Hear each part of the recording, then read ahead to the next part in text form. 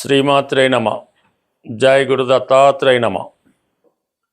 ఈ వీడియోలో మనం ఫిబ్రవరి 17వ తారీఖున కుంభరాశి యందు ఏర్పడబోతున్న పంచగ్రహ కూటమి, అలాగే ఈ 17వ తారీఖున అమావాస్య ఏర్పడుతుంది. అలాగే ఒక గ్రహణ యోగం ఏర్పడుతుంది అన్నమాట. అంటే గ్రహణ యోగం అంటే సూర్యుడు, చంద్రుడు, రాహు ఒకే రాశిలోకి వచ్చినప్పుడు గ్రహణం యోగం ఏర్పడుతూ ఉంటుంది. ఈ గ్రహణ యోగంలో పుట్టినటువంటి జాతకులు ఎవరైనా ఉంటే వాళ్ళు జీవితంలో అనేక ఒడిదుడుకులు, ఇబ్బందులు ఎదుర్కోవడం జరుగుతూ ఉంటుంది. అంటే సాధారణంగా ఈ యోగాలు పుట్టినప్పుడు ఉన్నటువంటి యోగాలు ఆ వ్యక్తి యొక్క జీవితాంతం ఏదో విధంగా వెంటాడుతూ ఉంటాయి. అందుకనే వారు పుట్టినప్పుడు తగు విధమైనటువంటి పరిష్కారం చేసుకుంటే ఆ యోగం ఇబ్బంది లేకుండా జాతకుడు అభివృద్ధికి మళ్ళా కారణం అవుతూ ఉంటాయి. అలాగే ఈ ధనిష్ట 3-4 పాదాలు, శతభిషం 4 పాదాలు, పూర్వభాద్ర 1, 2, 3 పాదాలు ఈ కుంభరాశిలో ఉంటాయి. అంటే ఈ టైంలో ఎవరైనా మనకి ఈ ఫిబ్రవరి 17, 18, 19వ తారీఖు కొంతవరకు జన్మించినటువంటి పిల్లలు ఎవరైనా ఆ టైంలో జన్మిస్తే వారి జాతకంలో ఈ గ్రహణ యోగం ఏర్పడుతూ ఉంటుంది. కంపల్సరీగా వాళ్ళు ఆ టైంలో పుట్టిన పిల్లలకి శాంతి పరిహార కార్యక్రమాలు చేసుకోవడం వల్ల వాళ్ళ జీవితంలో అభివృద్ధి కలుగుతూ ఉంటుంది. మొత్తం మీద ఏంటంటే ఇప్పుడు ఏర్పడినటువంటి ఈ అమావాస్యతో కూడినటువంటి గ్రహణ యోగం వివిధ రాశుల వారికి ఏ విధంగా లాభపడుతుంది, ఏ విధంగా నష్టం జరుగుతుంది అన్న విషయాన్ని వివరంగా తెలుసుకునే ప్రయత్నం చేద్దాం. కన్యా రాశి వారికి ఫిబ్రవరి 17వ తారీఖున షష్ఠ స్థానంలో ఏర్పడినటువంటి పంచగ్రహ కూటమి అదే రోజు అమావాస్యతో ప్రారంభం అవడం వల్ల, గ్రహణ యోగం కూడా ఉండడం వల్ల మరి కన్యా రాశి వారికి ఈ గ్రహ కూటమి ఏ విధమైనటువంటి ఫలితాన్ని ఇవ్వడం జరుగుతుంది అని పరిశీలించినప్పుడు 6వ స్థానం అంటే ప్రధానంగా శత్రువులు, రోగాలు, రుణాలు, అలాగే విజయస్థానం కూడా సక్సెస్ రావాలన్నా, ఎలక్షన్లో నెగ్గాలన్నా, ఒక ఇంటర్వ్యూలో విజయం సాధించాలన్నా, కొత్త ఉద్యోగం దొరకాలన్నా 6వ స్థానం బలంగా ఉంటే జాతకుడు ఎటువంటి అడ్డంకులు, ఆటంకాలు వచ్చినా దాన్ని అధిగమించి ముందుకు వెళ్ళడం జరుగుతూ ఉంటుంది. అటువంటి ప్రయత్నంలో మరి ఈ కన్యా రాశి వారికి ఈ 6వ స్థానంలో అమావాస్య ఏర్పడడం జరిగింది. రాహుతో కలిసి ఉండడం వల్ల గ్రహణ యోగం అంతే.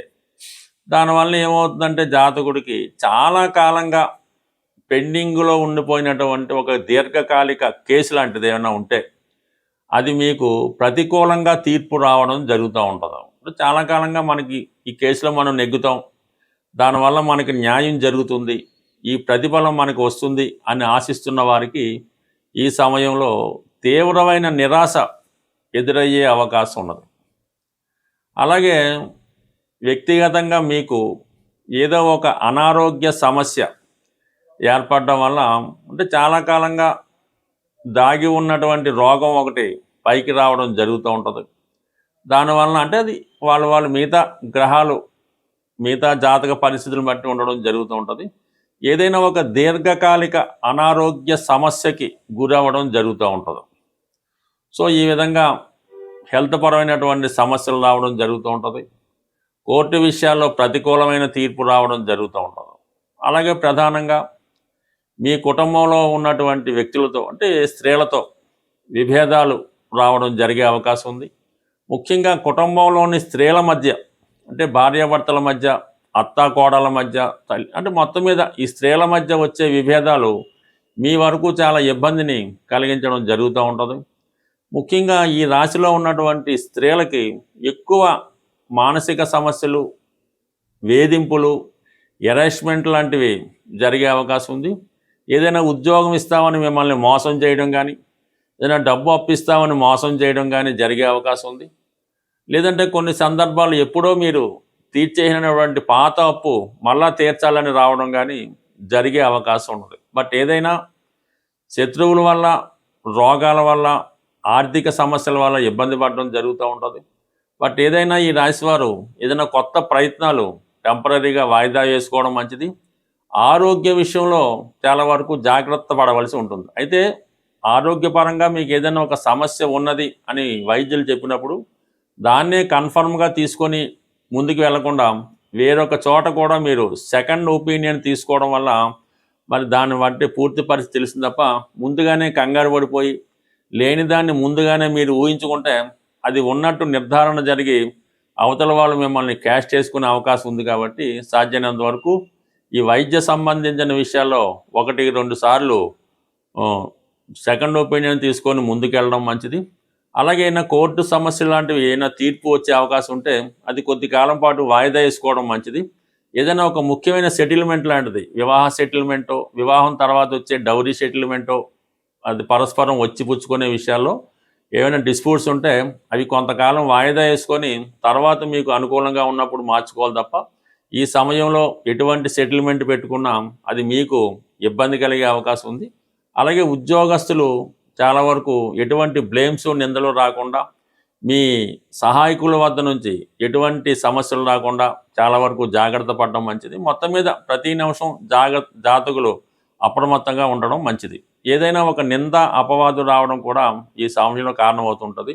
నిరంతరం ఏదైనా గుడ్డిగా వెళ్లకుండా చాలా క్లియర్గా, చాలా జాగ్రత్తగా ఒక సైన్ చేసే ముందో, ఒకరికి మాట ఇచ్చే ముందో ఖచ్చితంగా ఉండాలి తప్ప ఏమాత్రం మొగమాటం పడ్డా ఇంకోటైనా ఇబ్బంది పడే అవకాశం ఉంది. కాబట్టి ఏదైనా ఈ రాశివారు శత్రువుల నుంచి జాగ్రత్తగా ఉండడం మంచిది.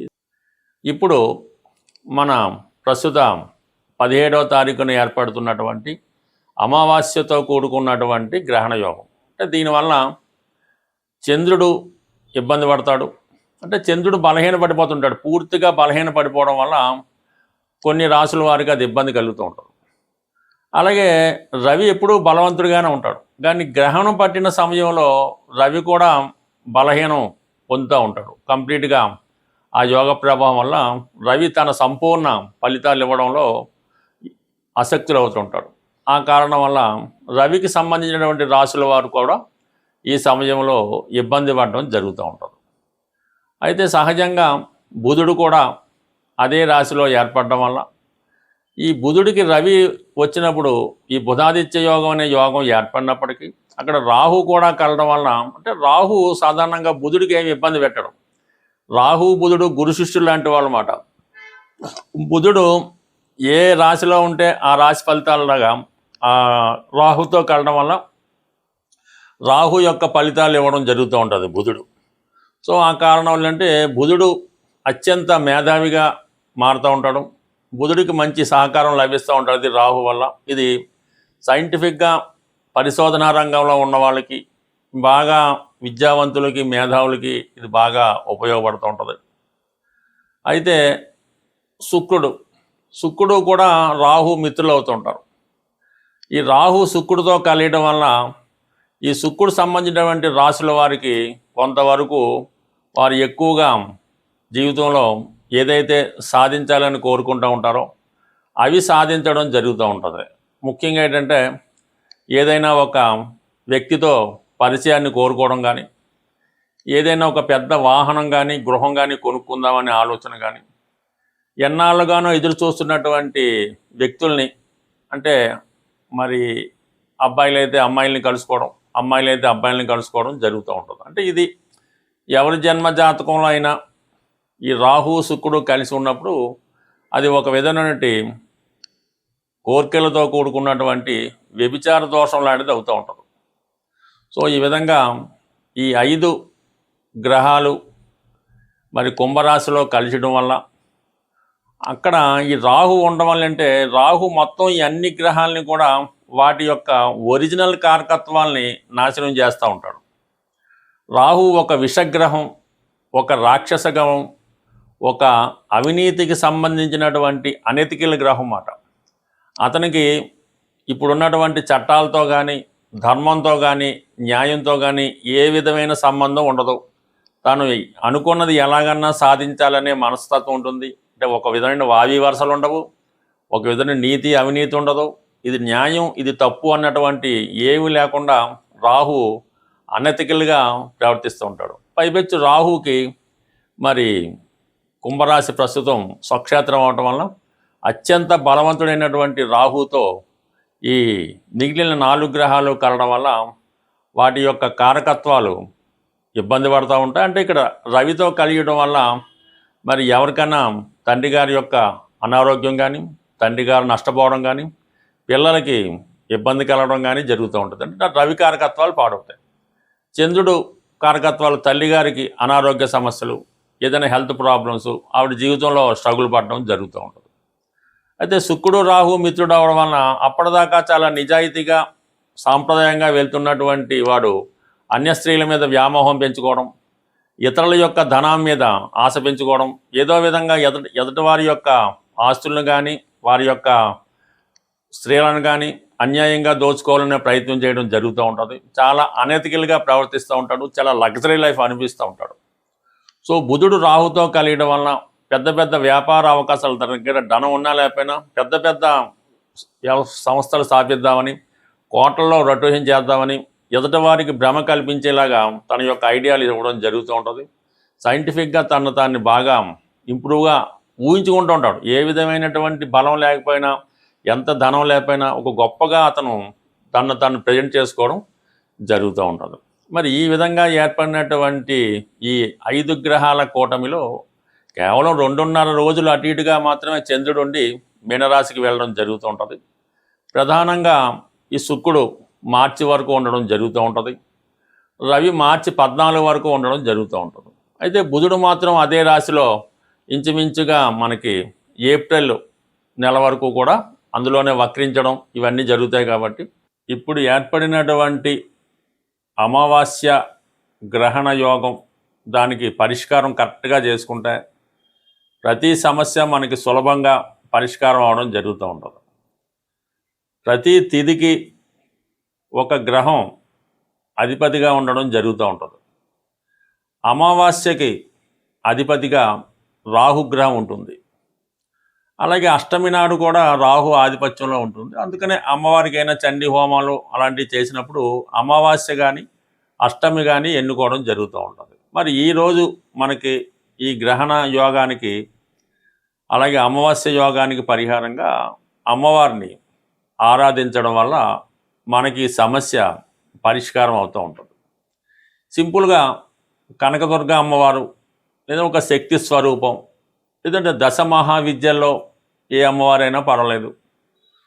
ఈ విధంగా మీకు ఇష్టమైనటువంటి మీ సమీపంలో ఉన్నటువంటి అమ్మవారి ఆలయానికి దర్శించడం, వీలుంటే ఒక నిమ్మకాయల దండ, ఆకుపచ్చ రంగుతో కూడుకున్న నిమ్మకాయల దండ అమ్మవారికి సమర్పించడం, లేదు ఒక 8 నిమ్మకాయలు అమ్మవారికి సమర్పించి ఒక విధంగా కుంకుమర్చన ఏదో చేపించి మీరు ఆ పూజారి గారు మీకు ఒక నిమ్మకాయ ఇస్తే ఒకటి, ఇది 2 ఇస్తే 2 తీసుకొని అది మీ దగ్గర భద్రపరచుకోవాల్సి ఉంటుంది. ఒక 4 నిమ్మకాయలు ఇస్తే ఇంట్లో అందరి దగ్గర కూడా పెట్టుకున్నా మీకు ఈ యోగాల నుంచి అంటే ఈ ఇబ్బందుల నుంచి తొలగిపోయే అవకాశం ఉంటుంది. సో అలాగే చిన్నగా